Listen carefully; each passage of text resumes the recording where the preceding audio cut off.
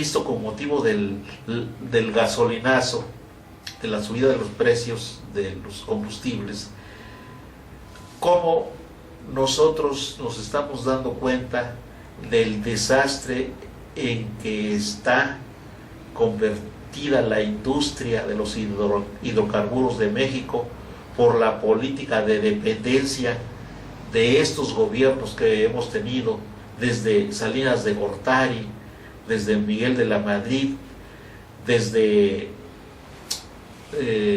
Zedillo, el señor Zedillo, y no se digan los últimos, Felipe Calderón, Vicente Fox y el actual Enrique Peña Nieto, esa dependencia que han tenido. Se metieron a la política electoral de Estados Unidos sin tener absolutamente por qué hacerlo, ya que lo que debieron haber hecho en todo caso como políticos es mantenerse al margen y en su momento dar su aportación como mexicanos dignos en el sentido de que defiendan la patria, defiendan a México, defiendan a los mexicanos y a las grandes masas, a los grandes sectores de mexicanos. No ponerse ahí a regatear a raíz de las amenazas que estuvo lanzando el señor Donald Trump.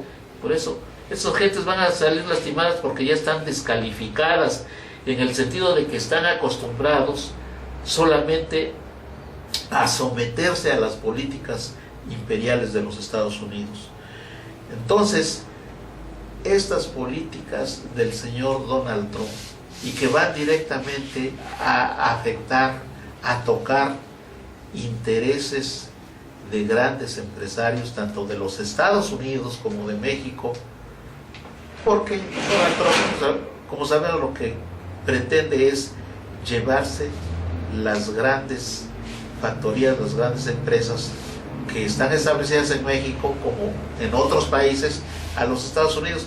Esto a este señor le va a costar esfuerzos muy grandes, problemas gravísimos, porque se está metiendo con los grandes capitalistas.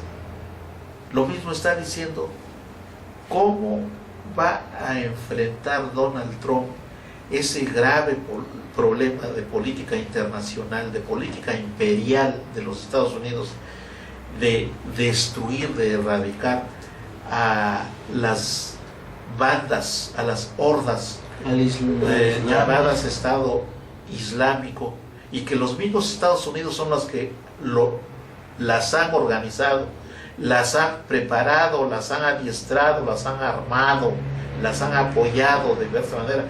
Tenemos al gobierno de Estados Unidos, un señor John Kerry, diciendo puras mentiras, puras patrañas en los encuentros que tuvo con los diplomáticos rusos. Detrás de toda esta hipocresía, de todas estas falsedades, ha estado la actividad de esos grandes intereses representados por los mismos políticos norteamericanos, los encumbrados políticos norteamericanos, y que están incrustados en todos los sectores de la vida norteamericana, desde luego en los partidos, en el gobierno. Y entonces, más bien lo que debe hacer el señor Trump es realizar transformaciones de carácter estructural en los Estados Unidos. Estas transformaciones tienen que afectar directamente desde los Estados Unidos a estos grandes capitales, porque si solamente pretende llevar los capitales, las empresas que están fuera de Estados Unidos y regresarlas a los Estados Unidos, eso no lo va a conseguir. No lo va a conseguir. Alguno que otro, para efectos meramente propagandísticos, van a aceptar las condiciones del señor Trump, porque además es el sistema capitalista el que está en crisis. Para que Estados Unidos pueda subsistir, pueda mantenerse como una nación digna, una nación desarrollada, una nación cuya vida se rija por valores éticos, por valores culturales y por valores de altura en materia política, tiene que hacer transformaciones de carácter estructural, de carácter político, de carácter constitucional dentro de la estructura política de los Estados Unidos. De otra manera, simplemente por traer algunas empresas a los Estados Unidos, eso no va a resolver los gravísimos problemas, las gravísimas contradicciones que existen en el seno de la sociedad norteamericana. Eso es lo que nosotros podemos decir, que ya no sé, puedes abundar al efecto. Bueno, es lo que queríamos decir en esencia. Vamos a seguir haciendo este tipo de videos. Yo creo que está en veremos, pero ya en veremos qué cosa va a hacer Donald Trump. Dijo en la campaña, prometió muchas cosas, amenazó, pero bueno, ya veremos en la realidad cuál conforme transcurra el tiempo, cómo es que va a llevar a la práctica su discurso. Pero pues también ya podemos ir adivinando qué cosa va a hacer, tomando en cuenta, por ejemplo, a la gente con la cual se rodea, quiénes son sus secretarios. Por ahí hay uno que va a ser el jefe del Pentágono, que le apellidan el perro rabioso, se llama James Mattis. Todos ellos tienen pues trayectoria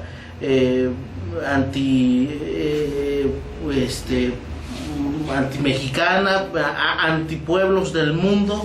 Todos ellos tienen su trayectoria como militares. Pues ya sabemos qué cosa ha hecho el ejército de Estados Unidos en todo el mundo, y esto también se inaugura esta nueva era, como le llama él, que suena también como decir el nuevo PRI.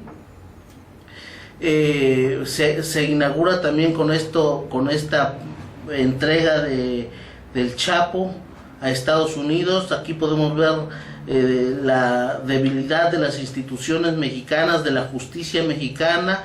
Podemos ver también cómo horas antes ya incluso se empieza a dar un tipo de acontecimientos un poco más escandalosos, espectáculos sangrientos como el de los asesinatos o masacres en masa, como en Playa del Carmen, donde mezclan terrorismo y mezclan narcotráfico. ¿Cuál va a ser la nueva etapa de las agencias de inteligencia en México? ¿Cómo es que van a reprimir o de qué manera, qué estrategia van a aplicar contra el descontento en este caso del pueblo mexicano y en general en Latinoamérica? ¿Cuál va a ser la postura de Donald Trump?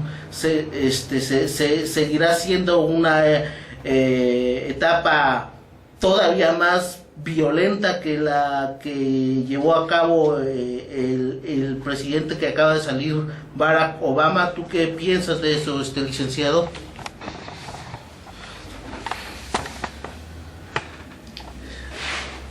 Bueno, el gobierno del señor Donald Trump se va a enfrentar a una situación muy difícil, porque para poder erradicar algunos, porque solamente se refiere a algunos, son muy pocos los problemas que él ha abordado,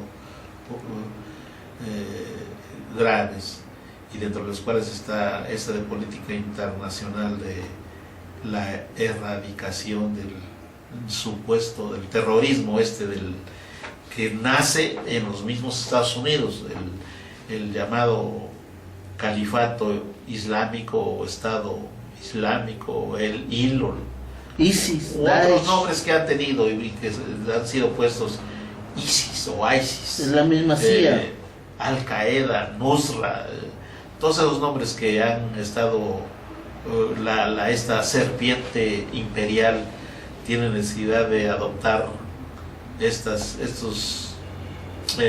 formas, estos nombres, ¿verdad?